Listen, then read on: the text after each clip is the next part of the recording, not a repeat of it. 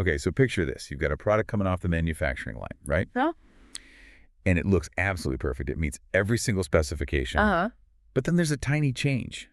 Maybe the raw materials are a little different, or someone tweaks machine setting just slightly, Right. and boom, the next batch is off. Yeah. It just makes you think, is it even possible to make a manufacturing process so stable that it can handle those little hiccups, those inevitable changes, and still pump out high-quality products every single time? You've just hit on the fundamental question behind quality by design, or QbD as it's commonly known. You see, it's really a whole different way of thinking about pharmaceutical manufacturing.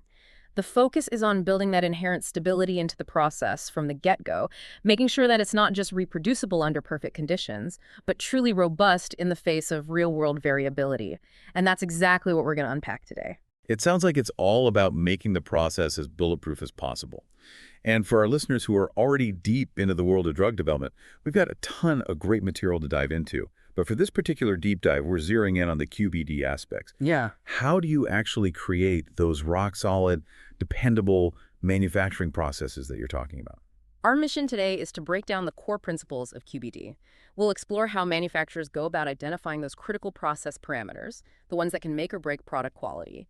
And then we'll look at risk-based design and how it moves from being a theoretical concept to an actual practical tool for designing processes that are way less likely to veer off course. And to really bring this to life, we'll be using real-world examples from the OPR&D literature. Okay, so let's jump right in. What exactly does quality by design mean? Hmm. Is it more than just checking off a list of good practices? That's a great question, and you're right, it's a lot more than just a checklist. QBD is really a systematic approach that starts long before you even think about manufacturing. You begin with very clearly defined objectives. What are we trying to achieve with this drug, and what level of quality is non-negotiable for patient safety? So you start with the end in mind. Exactly. From there, it's all about gaining a deep scientific understanding of both the drug product itself, particularly its critical quality attributes, or CQAs, and of course the entire process used to manufacture it. The key here is that quality is not something you test for at the end. It's baked into every single step right from the beginning, based on sound scientific principles and a very proactive assessment of potential risks. So it's kind of like designing a building to withstand an earthquake rather than just hoping for the best and inspecting it after the fact. I love that analogy. That's precisely it. And this proactive way of thinking is what leads to those robust and reproducible processes we talked about. So now the question is, why are these two things, robustness and reproducibility, so crucial in pharmaceutical manufacturing? Well, when we say a process is robust, we're talking about its ability to withstand those little variations that always pop up during manufacturing. Mhm. Slight changes in temperature, Mhm. maybe the raw materials from different suppliers are slightly different, those kinds of things. Yeah. But the final product quality doesn't suffer. And then reproducibility, that's about being able to churn out the same high-quality product time after time, batch after batch, regardless of the scale of production or even where in the world it's being manufactured. Mhm. And for our listeners, this is about understanding that a well-designed, robust process is the foundation of consistent medicine, quality, and supply. You nailed it. And that consistency is what directly impacts patient safety and how well the drug actually works. So let's dig a little deeper into how manufacturers figure out what those critical process parameters, or CPPs, really are. What are they exactly, and how do you go about identifying the really important ones? As far as I understand it, CPPs are the key variables in the manufacturing process, the ones that have a direct impact on the CQAs of the final drug product. So things like the temperature at a specific stage in the reaction, the mixing speed, how long a drying step takes, those are all potential CPPs, right? You got it. And understanding how those CPPs are linked to the CQA, that's like the holy grail of QBD. You absolutely need to pinpoint which process factors and within what range of operation have a significant effect on the quality of the drug. That knowledge is the bedrock of a well-controlled process. Sounds pretty complex. So how do manufacturers actually determine which parameters are the critical ones? It can't be as simple as just listing out every single step and variable, right? Oh, absolutely not. It requires a systematic and very scientific approach. Typically, identifying CPPs involves a mix of existing knowledge about the process, along with some good old-fashioned experimental studies. Scientists might use techniques like design of experiments, or DOE, to deliberately change multiple process parameters at the same time, and then they analyze the effects on the CQAs. So they're deliberately introducing variability. Exactly. This allows them to use statistical analysis to determine which factors are the heavy hitters, the ones that really influence the quality attributes. It's all about building a data-driven understanding of what's going on in the process. And this is where it gets really interesting because one of the OPRD papers you shared, OPRD 2012D2.pdf, had a perfect example of this in action. They were scaling up a reaction, and at a small lab scale, everything was smooth sailing. Right. But when they moved to a much larger 100-liter reactor, they ran into this gelling problem at a certain stage, something they'd never encountered before. That's a classic example of how scaling up can suddenly reveal CPPs that you didn't even know existed. In that particular case, it was the longer time it took to reach and maintain the target temperature in that bigger vessel, along with potential differences in mixing at that scale. Right. Those turned out to be the culprits behind the unexpected gelling issue. And I remember they ended up with a decent yield for that batch, but it was only through some manual intervention. They had to basically babysit the process. Exactly, and that highlighted a gap in their understanding of the process. Even though they managed to save that batch, the gelling was a clear sign that they hadn't identified all the key factors that controlled the process. It was a wake-up call to investigate further and really understand what was critical for preventing that gelling from happening consistently, especially at those larger scales. So even though they got a decent yield that time, it wasn't a reliable or robust process. It was a bit of a fluke. Precisely. That unexpected event was what prompted them to explore different ways to run the reaction, like using continuous flow conditions. The idea there was that the more efficient heat transfer and mixing in a continuous flow reactor could potentially solve the temperature control and hold time issues that were causing the gelling problem in the larger batches. This is a great example of using process understanding to design a more robust and reliable system. And this brings us right to the concept of risk-based design, doesn't it? Because that gelling problem they had at scale, that was a real risk to their ability to consistently manufacture the drug. Absolutely. Risk-based design is a cornerstone of QbD. It involves systematically identifying potential sources of variability in your manufacturing process and then figuring out how likely they are to occur and how bad the impact would be if they did. By conducting thorough risk assessments, manufacturers can figure out which CPPs need the tightest control strategies and the most in-depth understanding during development. So it's like a pre-mortem for the manufacturing process. What could go wrong and how bad would it be? You got it. And this proactive approach is all about preventing problems before they even have a chance to show up. And it makes a lot of sense because in pharmaceuticals, the stakes are high. They are indeed. And this risk-based approach is what ultimately leads to the establishment of the design space. Think of the design space as a scientifically defined safe zone for your process. It lays out the acceptable ranges for your critical input variables and parameters, the ones that have been proven to consistently deliver a high-quality product. So it's like having a set of boundaries for your process. Yeah. And if you stay within those boundaries, you know you're going to be okay. Exactly. And here's the really powerful thing about the design space. If you operate within those established boundaries during manufacturing, it's not considered a change to the approved process. This gives manufacturers a lot of flexibility and encourages them to continuously improve their processes without having to constantly go back for regulatory approval for every minor tweak. That sounds like a huge win in terms of efficiency and being able to adapt to new information or improvements. It absolutely is. And going back to that OPRD example we talked about earlier, OPRD 2012D2.pdf, the whole experience with the gelling issue at scale that directly informed how they approached risk-based design for future batches of that product. They learned the hard way that temperature and hold time were much riskier parameters at larger scales than they had initially thought based on their small-scale experiments. And that wasn't the only lesson they learned from that OPRD paper. They also ran into some trouble during the methyl ester hydrolysis step. Yeah. I think they were using standard alkaline hydrolysis conditions and ended up with some unwanted side reactions that affected the purity of their product. That's right. The hydrolysis of the methyl ester turned out to be another critical step, where the initial seemingly straightforward approach didn't quite translate well to the larger scale. They discovered that those standard alkaline conditions were causing ring opening and epimerization, which led to the formation of impurities that they didn't want. This really highlighted the fact that the reaction conditions, things like the choice of base, the temperature, and how long the reaction ran for those, were all critical process parameters that had a big impact not only on the yield of the product, but also on its purity.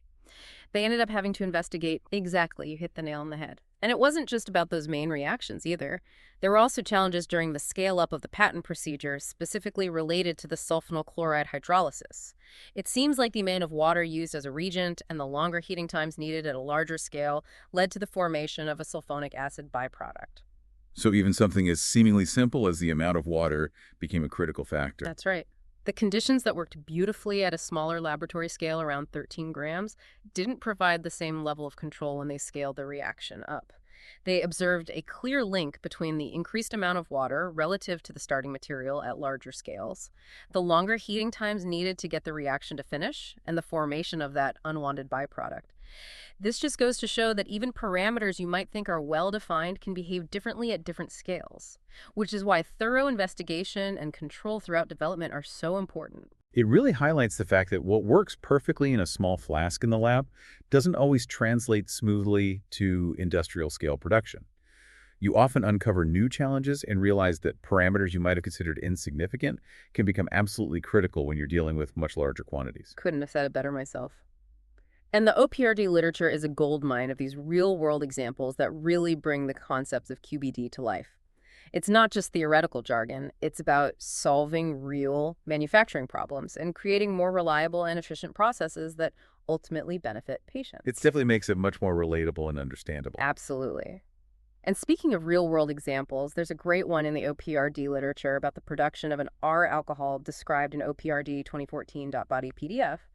When they were scaling up their solvent extraction process, they ran into a major problem with emulsions that just wouldn't separate. Emulsions, those are the bane of so many chemists' existence. I can only imagine the frustration. Tell me about it. Anyway, through their investigations, they started to suspect that residual protein from the fermentation broth was acting as an emulsifying agent. So to fix this and make their extraction process more robust, they introduced an ultrafiltration step to remove those proteins before extraction. This is a perfect example of how an unexpected problem during scale-up led to a deeper understanding of what was going on and the implementation of a targeted risk-mitigating solution that was completely in line with QBD principles. So the emulsion formation wasn't even on their radar as a major risk at the smaller scale. But when they scaled up, it became a real threat to their ability to consistently and efficiently extract the product. And their solution, adding that ultrafiltration step that was pure QBD thinking. Identify the problem, understand the root cause, and implement a control strategy to minimize the risk and improve the robustness of the whole process. Exactly. And in that same OPRD paper, 2014G.PDF, they also talk about their work on optimizing the catalyst loading and reaction conditions for producing an optically active intermediate. It wasn't just about getting the desired chemical transformation to happen, it was about fine-tuning the reaction parameters to get the highest possible yield and the desired optical purity, and doing it in the most efficient and reproducible way possible.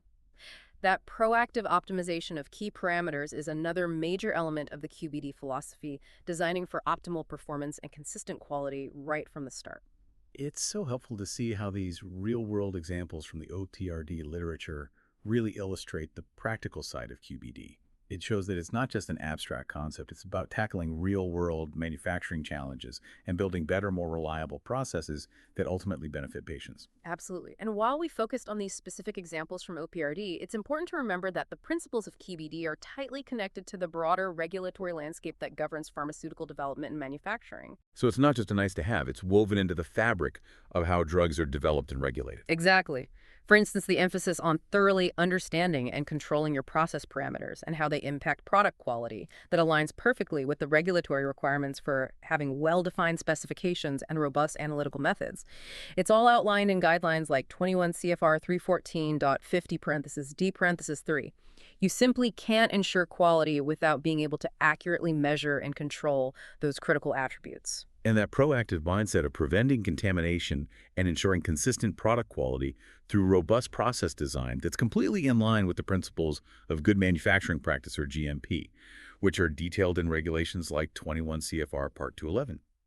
A well-designed process that's informed by QBD is the foundation of a clean and controlled manufacturing environment, which, as our excipient development source also points out, is essential for preventing contamination in facilities. Exactly. And the fundamental principle behind it all, understanding and controlling process variables. So you consistently produce a product that meets its predetermined quality attributes that's also at the heart of process validation, which is a critical aspect discussed in the Pharmaceutical Master Validation Plan source. You need to be able to prove, through solid data and scientific understanding, that your designed process consistently performs as intended under different operating conditions. QBD provides the scientific basis for a successful validation program. So to sum it all up, we've really explored the essence of quality by design. It's about intentionally building quality into every step of the manufacturing process, from the initial design to the final product. It involves deeply understanding the product and how it's made, rigorously identifying those critical process parameters, and using a risk-based approach to design a manufacturing system that's both robust and consistently reproducible. It goes beyond just checking off boxes. It's a fundamental commitment to quality in every aspect of the process. I completely agree. And by grasping these principles, our listeners gain a much deeper understanding of what goes into developing and manufacturing pharmaceutical products. They can now appreciate that ensuring the quality of a medicine is about so much more than just the final test results. It's embedded in the very DNA of the manufacturing process. It really makes you think about the future of pharmaceutical manufacturing. With increasingly complex drug formulations and constantly evolving technologies, how will the principles of QBD adapt and evolve? How can we leverage advancements like continuous manufacturing, which we touched on earlier, and the incredible potential of advanced analytical techniques to take quality by design to the next level and ensure that everyone has access to high-quality medicines for years to come? It's a fascinating and critically important area to consider. I couldn't agree more. It's an exciting time to be involved in this field. Well, on that note, thank you so much for joining us for this deep dive into quality by design. It's been a pleasure exploring these concepts with you. And to our listeners, we hope this is giving you a deeper understanding of the complexities and the incredible importance of ensuring quality in pharmaceutical manufacturing. It's been a pleasure being here. Thank you for having me. Until next time, stay curious and keep exploring.